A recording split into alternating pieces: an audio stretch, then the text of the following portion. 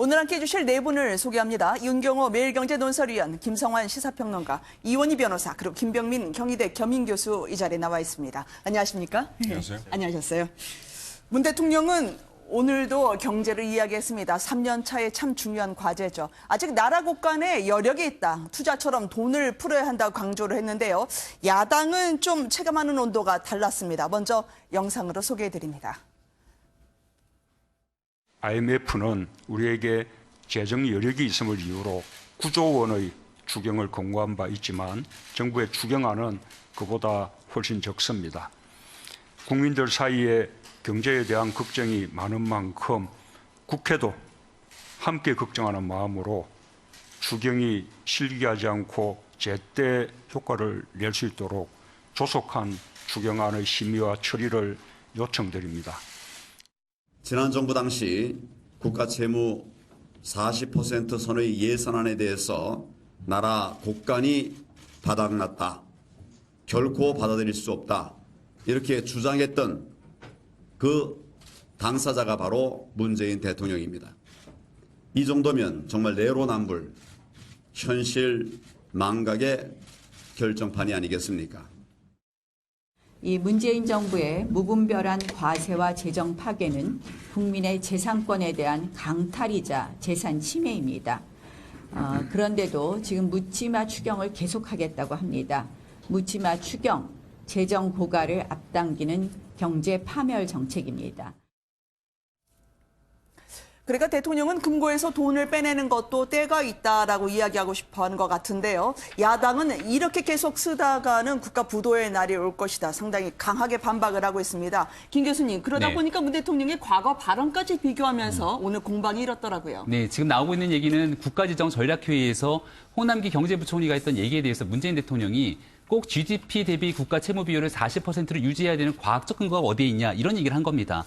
결과적으로 이번 추경뿐만이 아니라 내년도 국가 예산을 보게 될 건데 500조가 넘는 확장적 재정 정책들이 이루어지게 되면은 GDP 대비 국가 채무가 40%가 넘어갈 우려가 있다라고 얘기가 나오고 있는 상황인데요. 네. 과거 2015년 9월 달로 시간을 거슬러 올라가게 되면 당시 박근혜 정부에서 국가 채무 비율, GDP 대비 채무 비율이 40%가 넘는 것을 바탕으로 문재인 민주당 대표가 강하게 질타했던 장면들이 있던 겁니다. 네. 따라서 그때는 이렇게 이야기를 하고 현재 와서 말이 바뀌게 된 것에 대해서 야당은 맹 비난을 하게 되고 있는 상황으로 볼 수가 있는 것이고요.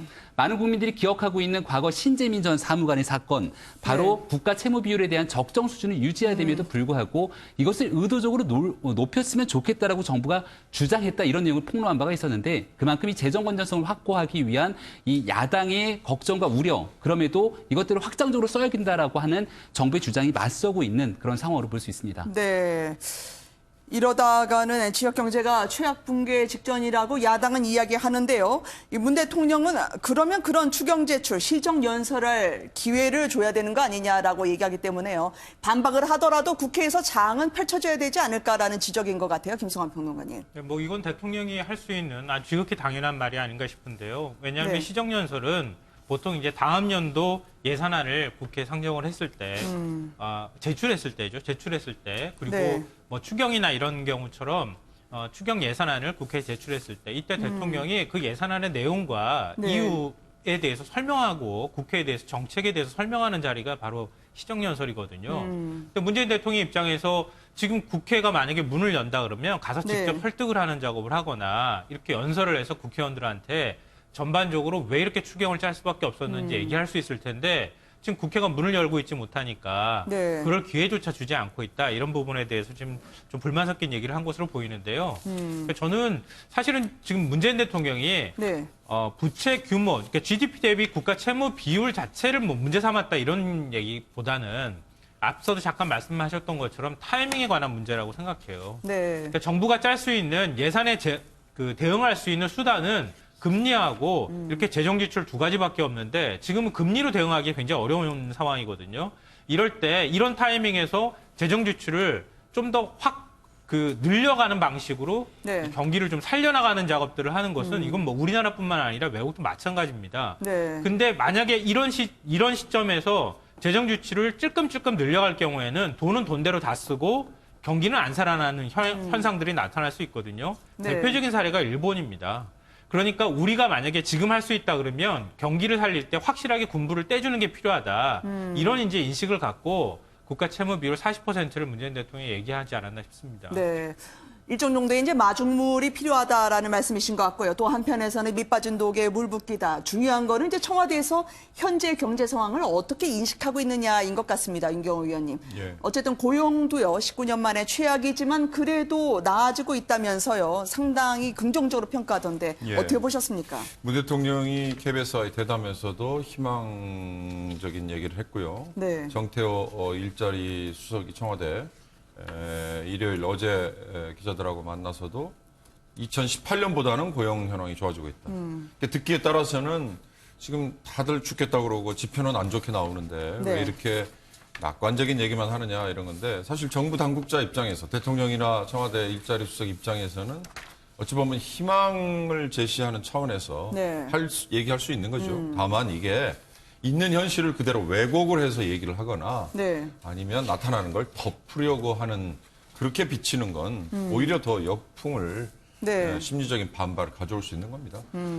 국가 채무 비율 사실 40% 이거 지금 논쟁이 벌어지고 있지만 경기가 둔화, 부진, 침체 이렇게 확실하게 진단이 되는 경우에는 정책 조합이라고 하는데요. 폴리시 믹스라고 합니다. 그러니까 재정에서는 확장 정책을 펴고 통화 정책은 완화적인 통화 정책, 쉽게 말하면 돈을 많이 푸는 거요. 네. 이게 이루어졌을 때 위기를 벗어날 수 있다라는 네. 거거든요. 그러니까 IMF나 OECD에서도 재정의 여력이 있는 경우는 조금 더 돈을 풀어서 경기를 네. 살리도록 그렇게 권을 하고 있는데 한 가지만 말씀드리면 국가 채무 비율 올라가는 거 미래 세대에게 그걸 빚을 넘기는 겁니다. 그러니까 고도의 정치적인 판단이에요. 네. 지금 우리가 위기를 벗어나기 위해서 미래 세대에게 빚을 넘기는 게 지금 필요하다고 생각한다면 여야가 합의를 해야 될 거고 네. 뭐 국민적인 합의가 당연히 있어야 되는 거죠. 그렇지 않다면 그건